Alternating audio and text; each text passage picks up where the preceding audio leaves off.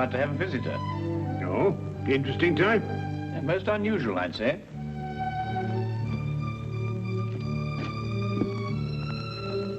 I don't see anyone. My dear Watson, the street is hardly deserted.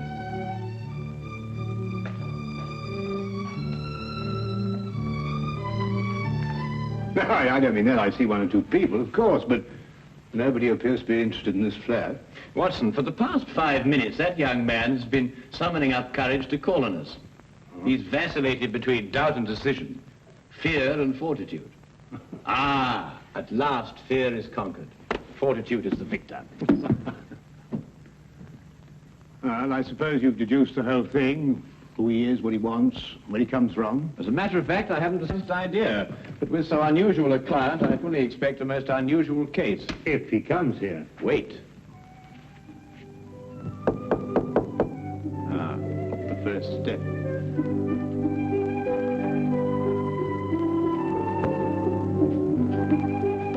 Is this Mr. Holmes' flat? It is. Won't you come in?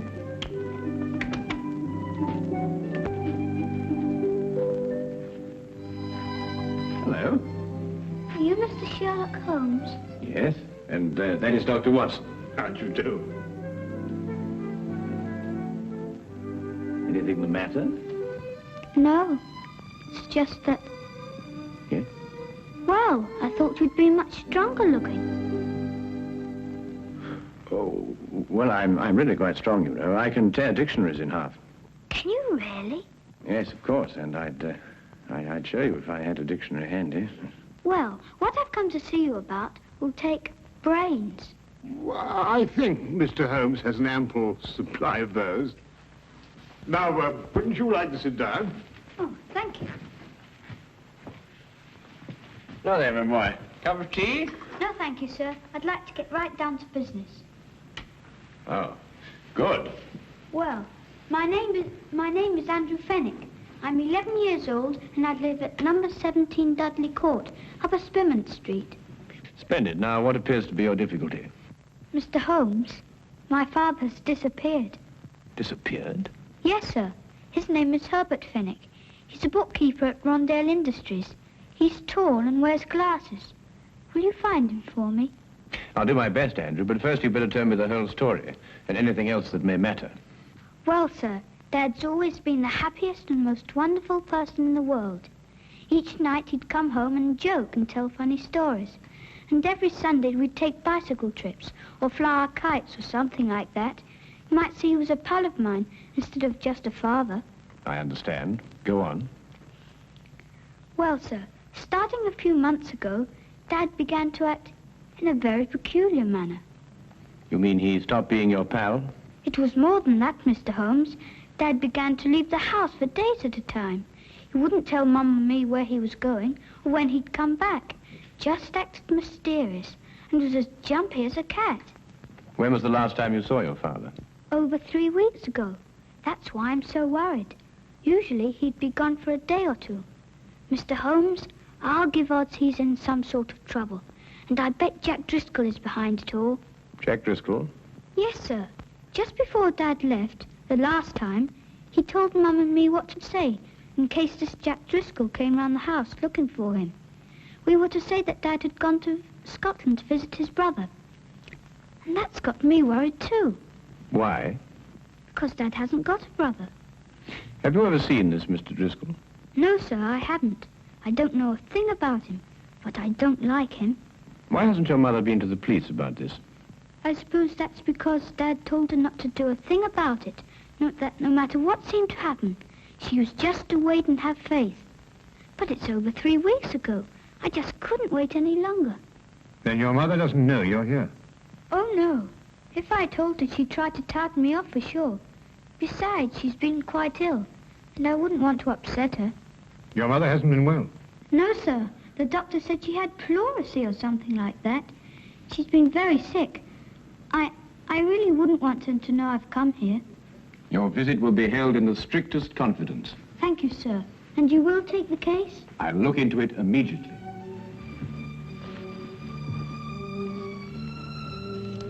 I hope this will be enough to retain your services. Oh, well, no, that won't be necessary, Andrew. But I insist. It's £2 6 shillings. It's all my own money, and I saved every bit of it. Now, I think you'd better hold on to it. Perhaps you can do me a good turn someday. No, sir. A business deal is a business deal. Pay on the line and no welching on dips, I always say.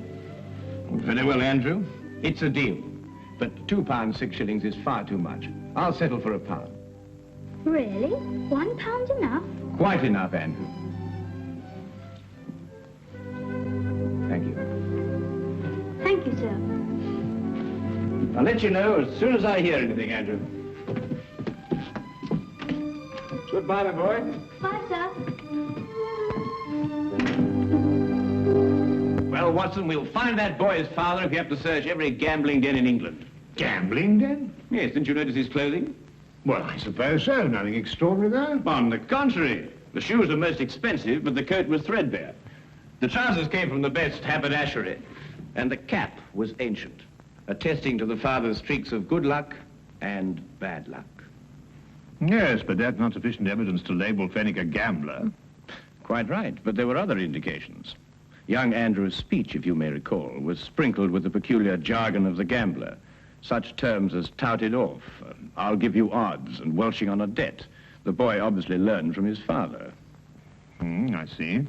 Further, I'd say the man's mysterious trips were to various sporting events held outside of London. Horse races, dog races, and so on. Yes, Holmes, but why should an apparently contented man like Fenwick suddenly turn to gambling? Well, my guess is that the mother's serious illness created a heavy drain on Mr. Fenwick's slender financial resources. He probably hoped for the gambler's classic killing. Well, Holmes, you've certainly answered everything. I'm afraid not, Watson. 2 questions yet remain unanswered. Where is Mr. Herbert Fenwick, and who is the shadowy Mr. Jack Driscoll? Where to, Holmes? To Inspector Lestrade's office. In this particular case, he may be just the chap to help us. Now, that's what a gambler would call a long shot.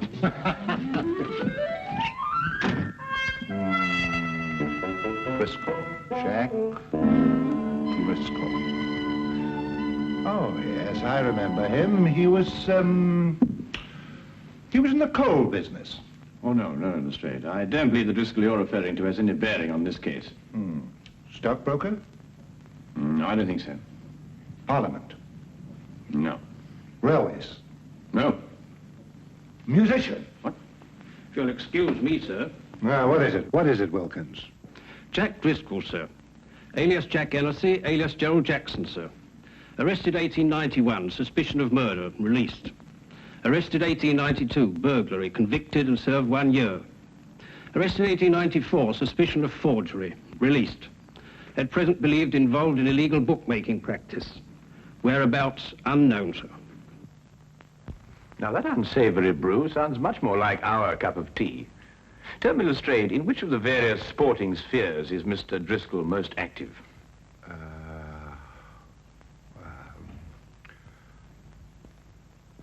Rumour has it that Mr. Driscoll is concentrating his efforts on prize fight matches, sir.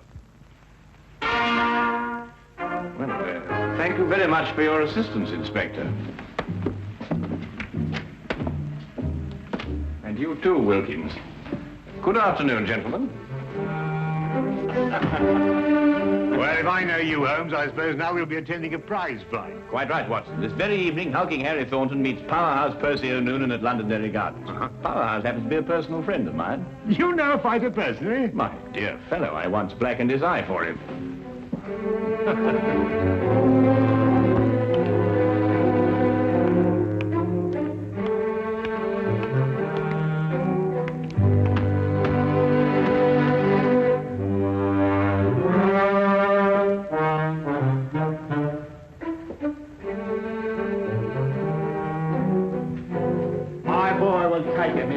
Because he thinks. That's the kind of fighter I like, a fighter with brains. A very good combination, Mr. Finnegan. The best. Sometimes you makes a mistake. You sees a fighter what? It's hard, and you think maybe you got a champion. But if he don't think, nothing. You understand? Oh, yes, perfectly. Tell me, Mr. Finnegan, have you got... Excuse me. It's time Percy got started now. You can take him up now.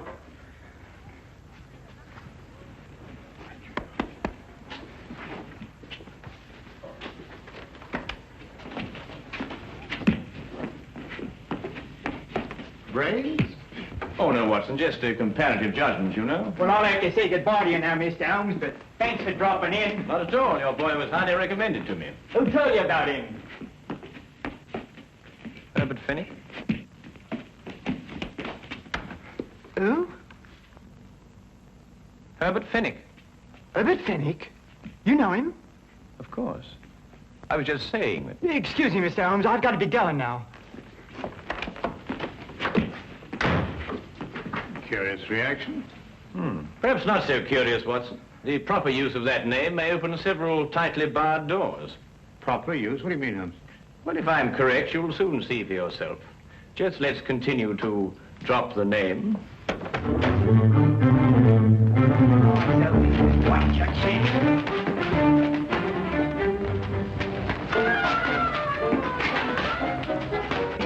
That's it now. Hold it. Hold it now. Keep your eyes open. Right.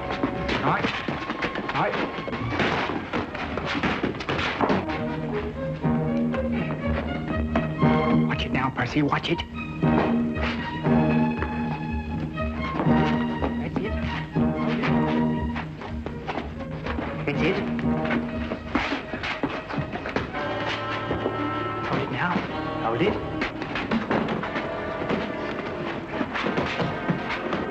That's the boy. Keep your eyes open. Keep your eyes open. Now!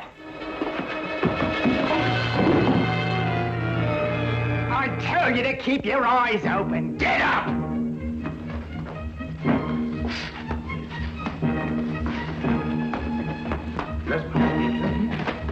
Good old Herbert Fennick. I must remember to get his advice on next week's card. You know, it's a pity poor old Bert Fennick couldn't come with us this evening. Yes. Do you know what old Herbert Fennick told me this morning? No, what did Herbert Fennick tell you this morning? Did you hear that? You know, Watson, it's not every day you can meet a man who'll give you insight. Sounds like just what Driscoll's been looking for. I told you that every minute. You remember I said... What are you waiting for? That we met a chap like... Don't like taking them either. They might get roughed a bit later, then somebody says they saw him leave with us. Do you think the street would be any better? You know him? Mr. Holmes, the big one is. He knew Percy. Didn't catch the other bloke's name, but he looks like a fighter I used to know. Got the sack for using unfair tactics. I figured he was a bad one. Got a nasty look about him. Well, if he tries anything, don't expect any Marquis of Queensberry out of him. Use some of your own tactics. Righto. Get to it now before the Upson leaves. Let him know we mean business right from the outset. Stand by, Watson. I think we shall have company in a moment.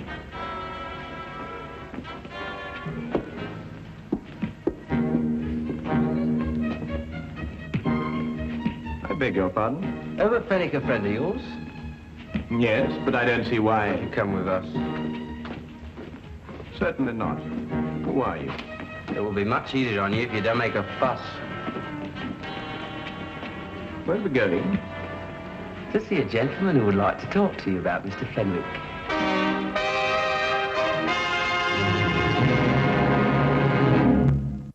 All I want to know from you is where you saw Fenwick last. Well, I believe it was at Murgatroyd's saloon. No lie. Here, I say, look. Fenwick wouldn't go to Murgatroyd's. Maybe the Green Man or the Houndstooth or the Brass Goblet, but never Murgatroyd's. There isn't too much money. Well, Mr. Driscoll, we've been to a lot of places today. Perhaps it was one of the others. How do you know my name? Well, You were pointed out to us. It seems you're quite a well-known figure in certain circles. Yeah, well, Mr. Driscoll, if we should see Mr. Fenwick again, is there any message you'd like us to give him? he knows what I want, that Wilshire. Oh, he's in debt to you, is he? Over £1,000. I'm not willing any longer to collect. If I get my hands on Fenwick, that'll be the last of him. And that goes for you, too, if I ever find out you helped him in any way. Now, get out of here.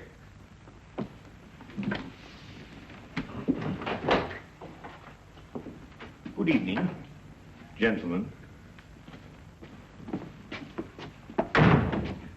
People just don't have any manners anymore. And this is not the time to instruct them. Come, Watson. Well, I only hope we're going to a place where they appreciate proper behavior and the finer things of life.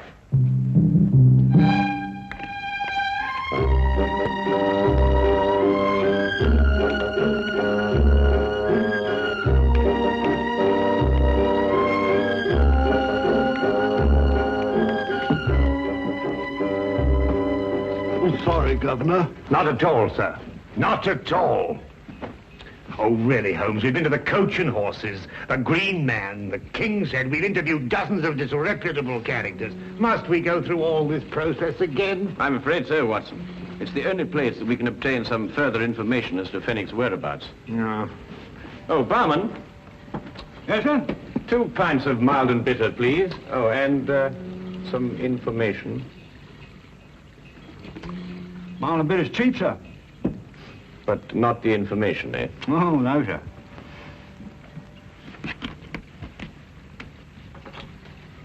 Herbert Fenwick. Oh, the poor chap. What do you mean? It was along here not a few weeks ago. We were talking confidential like. Told me he booked a passage to America. Too bad he won't be able to use it now. Oh? Why not? Me say you haven't heard. No. Fenwick's dead. Suicide a few hours ago. But how? Where? He rented a room not far from here. And he went down to the Thames and threw himself in. Left a note saying he was in trouble, couldn't go on. Let's see. Have they found his body? Oh, no, not yet. Only his hat floating in the water. Poor chap, wasn't a bad sort of a chap, you know, but gambler.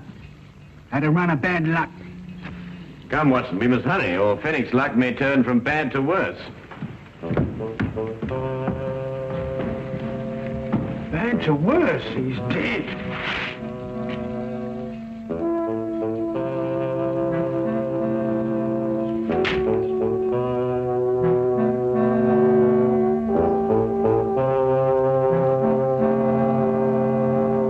Well, there you are, Holmes. What more do you want? The body. Oh, we'll soon find that. There's no doubt about that. The river patrol's dragging the Thames already. I assure you, Inspector, Herbert Fenwick is still alive. Then why should he write a suicide note? Surely the question is, why should Fenwick write a suicide note in such explicit detail? Listen, this is a terrible thing to do, but I have made up my mind. It is the only way to end my difficulties. Today at 6 p.m., I'm going to the Thames. I will jump from the Hertford Bridge. Forgive me, but have faith. Signed, Herbert L. Fenwick. No, Holmes, I can't follow that line of reasoning. Then perhaps this may convince you. Take a look at that hatband with Fenwick's name on it. You'll notice that it's absolutely brand new, whereas the hat, of course, is unmistakably old. You mean that, Holmes, that Fenwick here had his name put into his band in the last 2 or 3 days? Exactly. Merely a ruse to make people believe that he committed suicide. Yes, but why should a man say he's dead if he isn't? Well, to avoid his muscular creditors, for one thing. If they believed the reports of his death, they'd have no choice but to write him off as a total loss. Yes, but if he's still alive, somebody's bound to see him sooner or later. Not if he's made plans to go to America. All right, then. I'll have an alarm sent out to all the ships in port. I'm afraid, Lestrade, that'll be too late. Now, what do you mean? Because he has no money. He needs it badly, and he needs it quickly. And there's only one way in which he can cover both his needs. What way is that, Holmes? Robbery. What, do you think he'd take the chance? Of course he would. Fenwick's desperate. And in any case, there's very little chance when one considers that no one would suspect a dead man of committing the crime. Now, Holmes, what am I supposed to do? Warn everybody in London that a robbery's going to take place? Oh, I wouldn't go as far as that, Lestrade. I judge that Fenwick will strike at one of 3 places. The Wagon and Horses, the Green Man, or the King's Head. I say, Holmes, how can you narrow it down to that? Because Fenwick can feel certain that everyone in those places has heard the news of his death. Therefore, no suspicion could be directed at him. I don't know why I let you talk me into these things. Then you'll assign men to cover the Wagon and Horses and the Green Man? Yes, yes. Good, but there isn't much time. You'll have to get on with it immediately. All right. You know, sometimes you're worse than the commissioner.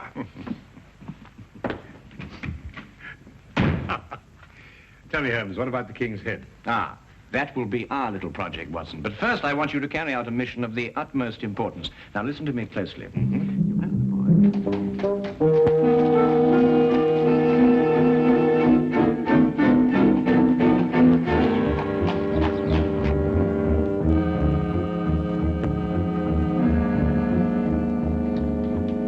Yes, I've seen him come and go. big and small, happy and sad. And I attends to my business and keeps my hands clean. Ah, well, that's a splendid philosophy. Yeah? It's getting near closing time. Oh, yes, sir. So it is.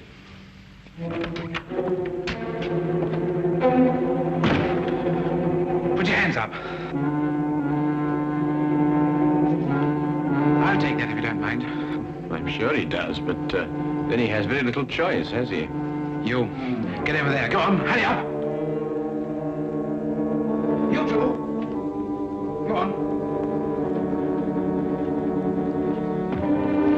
I'm sorry, Holmes. We had a bit of difficulty again. Oh. Oh, no. I've got him, Fenwick. What? Brilliant job, Fenwick. Absolutely brilliant. Dad! What's the game? Let me go. Go on, sit down, you villain. Here, give me the gun. Come. Now, not a word out of you. But Not a word. Dad, is it really you? Of course it is, Andrew. Your father has been working on a special assignment for the Secret Service. Haven't you? Oh, Andy, my Andy. Now, you don't need to say anything, Mr. Fenwick. Your behavior is the model of a hero. Oh. Take this man away. No, you listen to me. We'll have plenty of time for listening to you later. Well, who is he? What's he done? Who is he? Why, he's a spy working for a foreign government. Spy? Yeah. Foreign government? And these, Lestrade, are the secret documents he was stealing from our Navy. Hey, that's my account book. A likely story, indeed. Here, let me see them. No, Lestrade, you certainly can't see them. They're even too secret for you. In a half-minute, Governor, there's been a mistake here somewhere. I'm just, Wilkins, do as Lestrade orders. Take this man away. Yes, Mr. Holmes. I'll be standing up behind the bar all day. All Come on, right, you. wait a Come on, minute, you. let me say something. This is a crime. You see, Andrew, your father has been working on a most dangerous case.